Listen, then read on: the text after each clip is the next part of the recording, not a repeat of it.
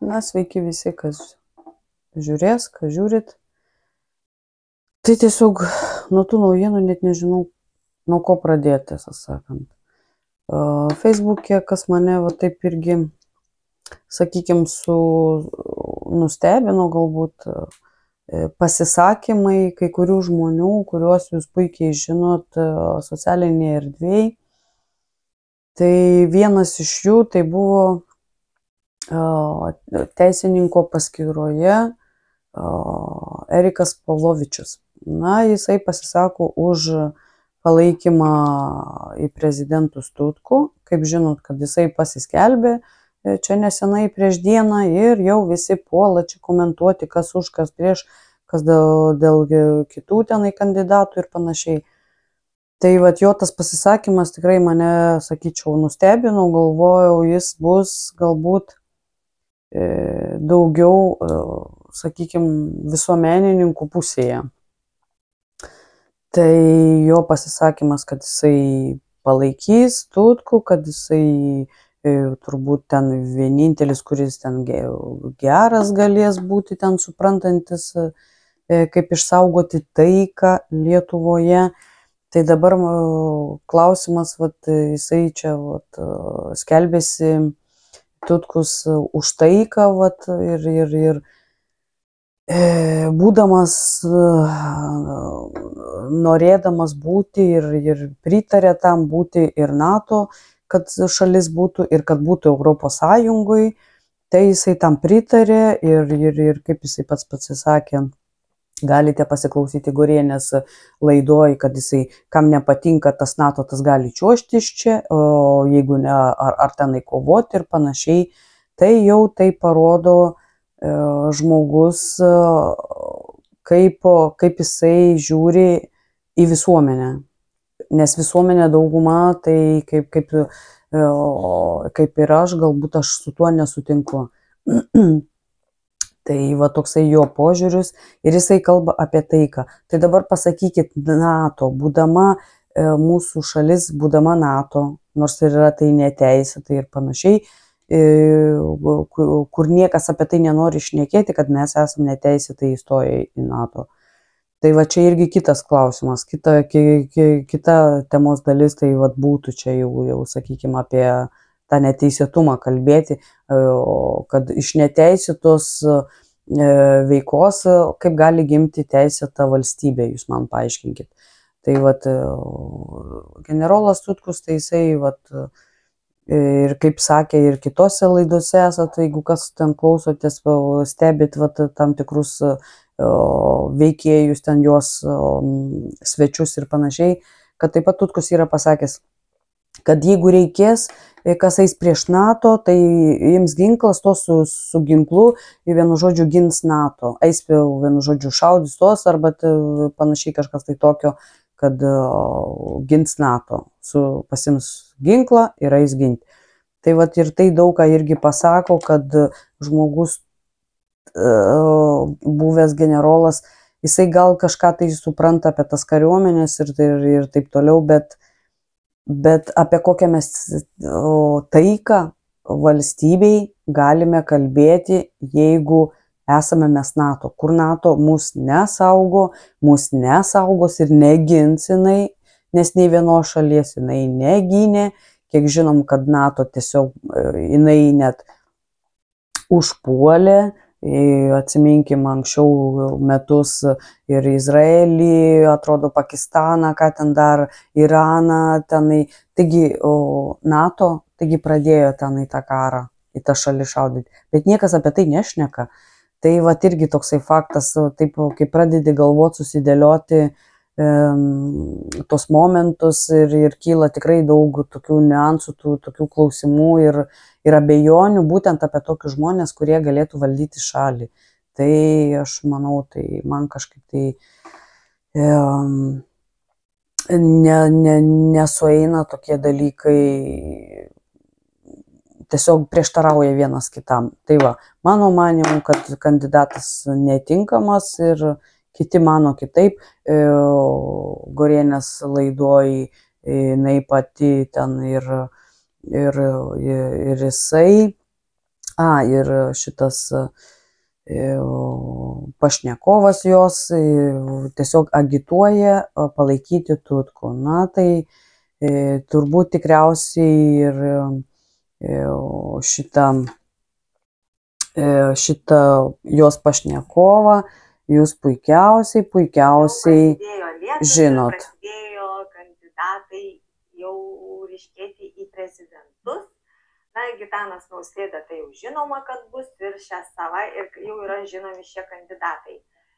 Premjerė Ingrida Šimonytė, Lietuvos kariuomenės vadas buvęs generolas Valdas Tutkus, Kazlų Rūdos meras Varaška, taip pat Eduardas Vaitkus, Ignas Vėgėlė, kol kas dar nepasakė, bet yra minimas ir kandidatų, taip pat Veryga ir Antanas Kandrotas. Štai tokias jau pavardės galima sakyti, kad jau žinoma.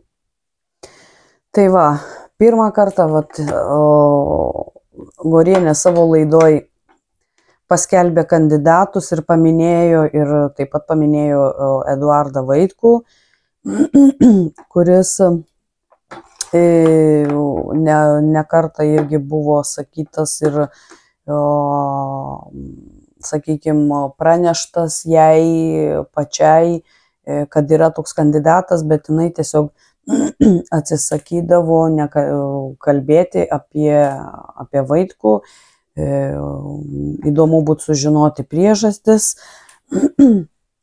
ir jinai nutilėdavo. Tai va dabar pirmą kartą jinai paskelbė, kokie yra visi kandidatai. Tai ir tas celofanas yra, ir vienu žodžiu ir panašiai. Tos visuomenininkus paminėjo pirmą kartą. Na ir ką, jos tas pašnekovas taip pat žinom, kad pasakė viešai, kad palaikys Tutkų, jungtis prašo irgi, jisai ten turi savo ten tą partiją, kažkaip, kaip jinai vadinas, užvyti, ne, su Vyčiu, atsiprašau. Ten partija su Vyčiu jungtis, nors ten ta partija, jinai ten iš vis tenai jau, sakykime, ten paskendus, ten jinai niekam nežinoma ir nemanau, kad ten kažkas tai gero išeitų iš tos partijos. Ir neaišku, kokie tenai žmonės, kad tenai artistai, kas tenai susirinkę yra toj partijoj, nors jisai gyrė, aišku, tai čia matomai ten čia jo partija, kur jisai pats yra. Tai ir agituoja ir eiti į tą partiją. Tai man buvo labai irgi keista, kad šitas politologas irgi pas Gorienę, tai jisai agituoja už Tutkų. Tai irgi, kad palaikys jį ir panašiai, kad jisai supranta, kas vyksta, kad jisai karinė visą tą sistemą supranta ir panašiai. Ir man, aš taip sakau, pasiklausiau, tai irgi nustebau, kad yra tokie palaikytojai. Tai kitas klausimas, arba, taip sakykime, mano man galbūt tokios abejonės, tai jeigu čia yra opozicinė televizija, kaip skelbėsi, ten Janutienė, ten Gorienė, Klivečka, ten ar ne, bet jie nesikviečia visuomenininkų žmonių į savo laidas. Jums neatrodo, kodėl? Man tai klausimas kyla ir iš vienos pusės atrodo ir žinau atsakymą, ir daug kas žino tos atsakymus, kodėl nesikviečia,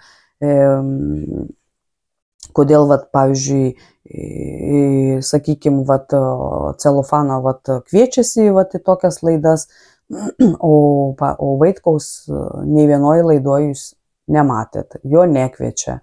Tai irgi yra kažkokia, tai man atrodo, vis dėlto sistema, kažkam tai naudinga. Ir visgi aš manau, kad mes opozicinės televizijos neturime. Nėra čia laisvo žodžio, nėra čia laisvo pasirinkimo, vis dėlto jie kažkam tai dirba.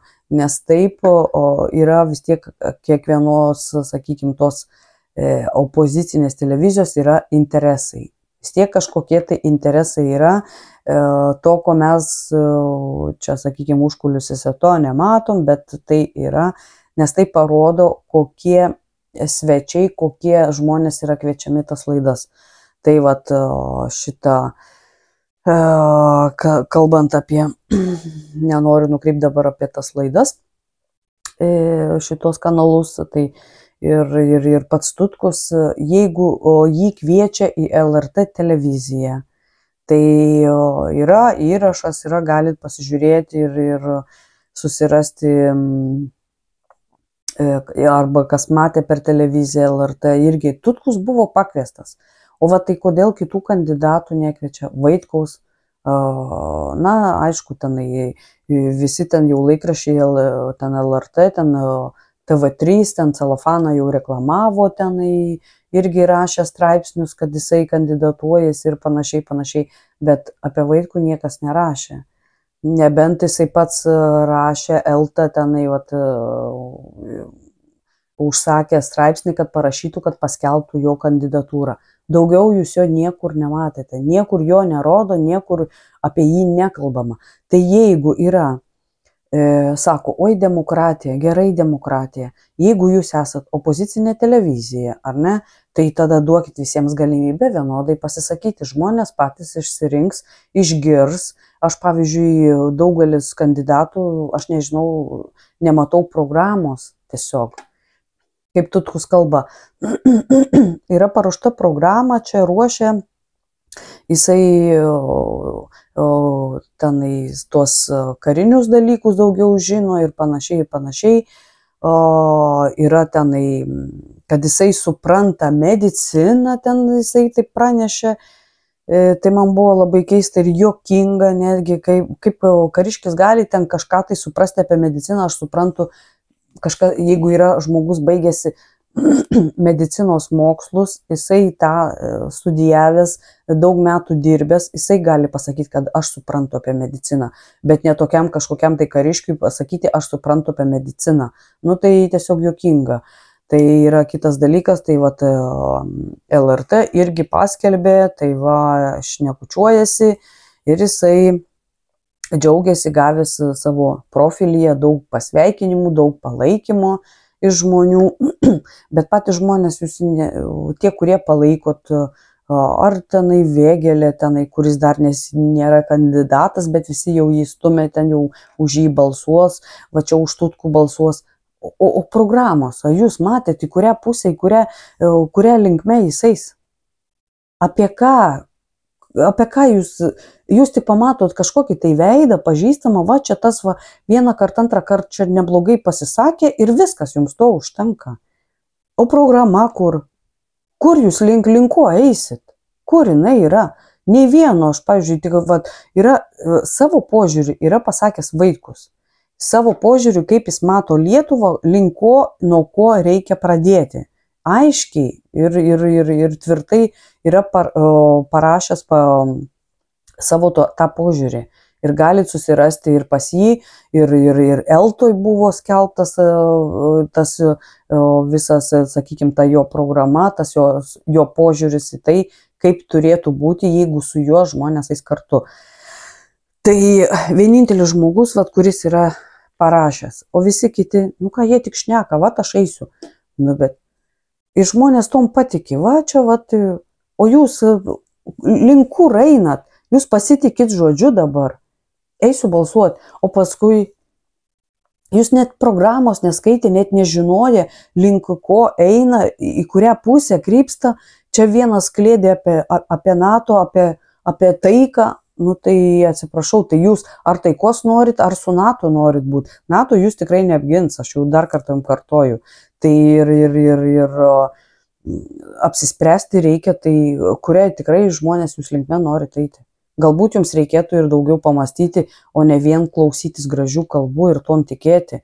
Tai reikėtų galbūt ir daugiau tenai, sakykime, ir kad būtų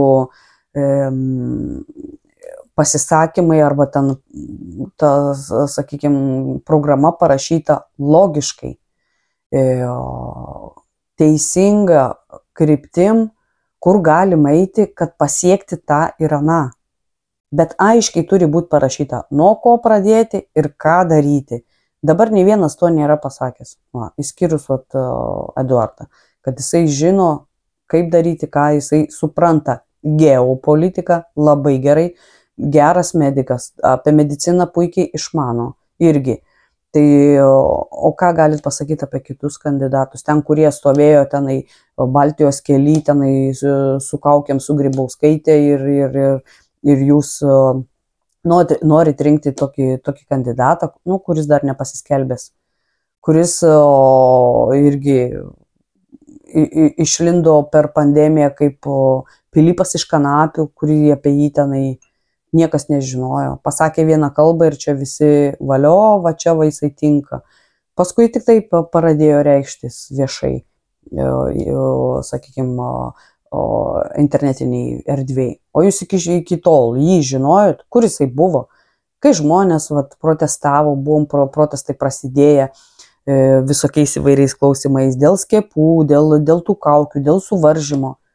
Kur tas Vėgėlė buvo? Jo nebuvo. Visi tylėjo, visi. Nei vieno nebuvo pasisakančio. Ir tie patys, kur dabar irgi socialiniuose tinkluose teisininkai pasisako, gydytojai pasisako, mokytojai čia streikuoja. Kur jie tada visi buvo, kai žmonės pradėjo kilti? Dainininkai, aktoriai, visa kita. Sėdėjo užpakalių suraukę, nes jiems buvo tai gerai. Visiems tada buvo tai gerai, tol, kol jų nepalėtė. O dabar einat už tos pačius, norit eiti balsuoti, kurie tada tylėjo ir bijojo pasakyti žodį. Ir pats šitas teisininkas Pavlovičius, jisai labai daug žino asmeninių dalykų apie daug žmonių, politikų ir taip toliau. Bet jisai to viešinti negali. Iš vienos pusės suprantu etiką, taip, bet iš kitos pusės, jeigu daug dalykų žinoti ir žmonės to nežino tikrai kaip yra, tai kam tada tokie žmonės reikalingi kažkokiam tai kilniam geram tikslui? Jisai nebus geram tikslui. Nes tiesiog tos žinios bus nepanaudotos ir nuo žmonių toliau bus viskas slepiama. Nes yra žmonių, kurie tai žino, konkrečiai, kas, kaip ir taip toliau. Bet tie žmonės tyli, jie bijo.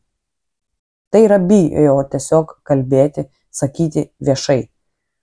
Tai turim tokią situaciją, turim tokius žmonės ir visuomenė daug kas, sakykime, tų užkulisių irgi nežino. Tai ir susidaro toks įspūdis, kad nuo mūsų, kas žino, viską slepia. Ir nenori rasti būdų tai viską išviešinti tą, ką žino. Tai įsivaizduokit, koksai būtų pokytis žmonių sąmoningumui pakelti, pakeisti, žinant tokią informaciją. Bet taip mes to nesužinosim. Tai kitas dalykas, apie ką galvojau čia taip, ne taip per daug įsiplėsti ir apie ką norėjau dar šitą irgi, kalbant apie tuos rinkimus, kur tas generolas sako apie NATO ir panašiai, yra, kaip jau žinom, į NATO stojimo yra sutartis. Sutartis, dabar aš žiūriu, taip, kad yra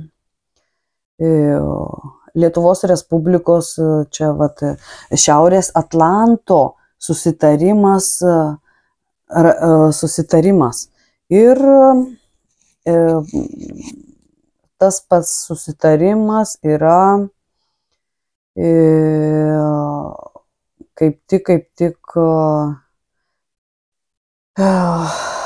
šito Atlanto tas susitarimas buvo sudarytas Vašingtone 1949 metais balandžio 4 dieną.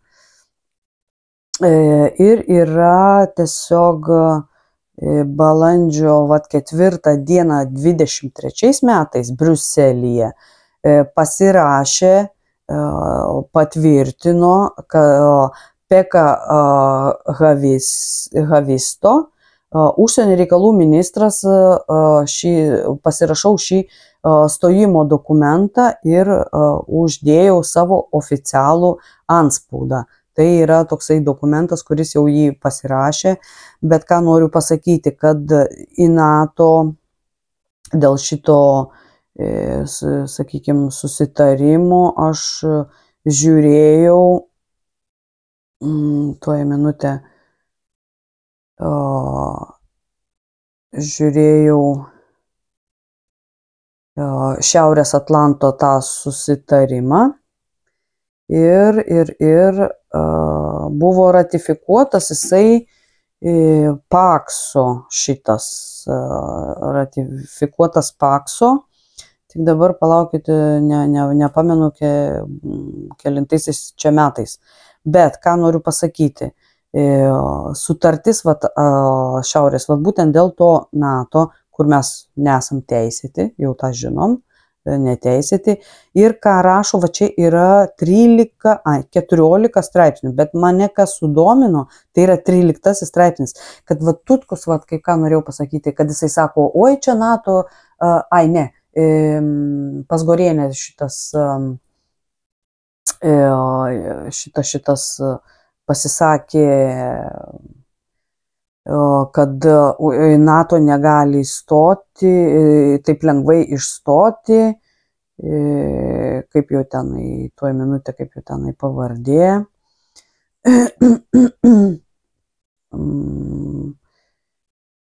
Taip. Kažkaip man užkrenta jo pavardė, nenorėčiau suklysti. Tai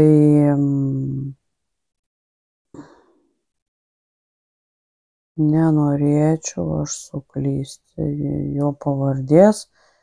Tai aš biškį atsiprašau. Mikalauskas, nes man maišosi su kita pavardė, tai nenorėjau sumaišyti. Tai Mikalauskas būtent ir jisai pasakė savo tenai kalbėjo Pasgorienė, kad sako, kad oi čia netaip lengva yra išeiti iš to NATO, kaip jisai išsireiškė. Įstoti lengva, išstoti sunku. Čia buvo Mikalausko žodžiai, galite pasiklausyti Pasgorienė, yra laida ir panašiai. Bet kas man užkliuvo, kad jisai sako netaip lengva, ar ne, tai aš paėmiau ir pasidomėjau, įėjusi į Seimo puslapį ir tiesiog pasidomėjau Šiaurės Atlanto sutartis. Mane sudomino, galėsit paskaityti ten, aš įdėsiu nuorodą, galėsit paskaityti visus straipsnius būtent apie šitą susitarimą NATO. Tai mane sudomino 13 straipsnis, po 20 sutarties galiojimo metų, bet kuri iš šalių gali iš jos išstoti praėjus 1 metams po pranešimo apie sutarties denonsavimą Jungtinių Amerikos valstijų valstybei, kuri praneša kitų šalių vyriausybėms apie kiekvieną denonsavimo pranešimo deponavimą. Tai reiškia, kad mes po 1 metų galime jau išstoti iš NATO. Tai paliksiu jums nuorodą, galėsit visus tos straipsnius paskaityti. Tai man šitas užkliuvo, būtent kaip Mikalauskas sakė, kad sunku išstoti, bet matot, yra galimybių, tai ir aš pasidomėjau būtent Šiaurės Atlanto sutartimi. Ir šita sutartis buvo ratifikuota Pakso, tuoj aš pasižiūrėsiu, dabar pasitikslinsiu, kelintais tai metais buvo. Taip, rašo, 1 straipsnis sutarties ratifikavimas. Lietuvos Respublikos Seimas vadovaudamasis Lietuvos Respublikos Konstitucijos 67 straipsnio 16 punktų, 138 straipsnio 1 dalis, 2 ir 5 punktais, bei atsižvelgdamas į Respublikos prezidento 204 metų kovo 3 dieną dekretą numeris 387 ratifikuotą Šiaurės Atlanto sutartį pasirašytą 1949 metais, balandžio 4 dieną, kaip minėjau prieš tai, Vašingtone, ir skelbiu šį Respublikos Seimo priimtą įstatymą, tai yra prezidentas Rolandas Paksas. Tai va, Respublikos prezidentas Rolandas Paksas. Tai va, čia buvo ratifikavimas. Tai va, irgi įdėsiu po video įdėsiu nuorodą, galėsit irgi tą pasiskaityti. Jeigu kam įdomu, tai galėsit pasidomėti būtent irgi tai straipsnis, kas liečia NATO, kurie irgi čia žmonės, čia sakyčiau,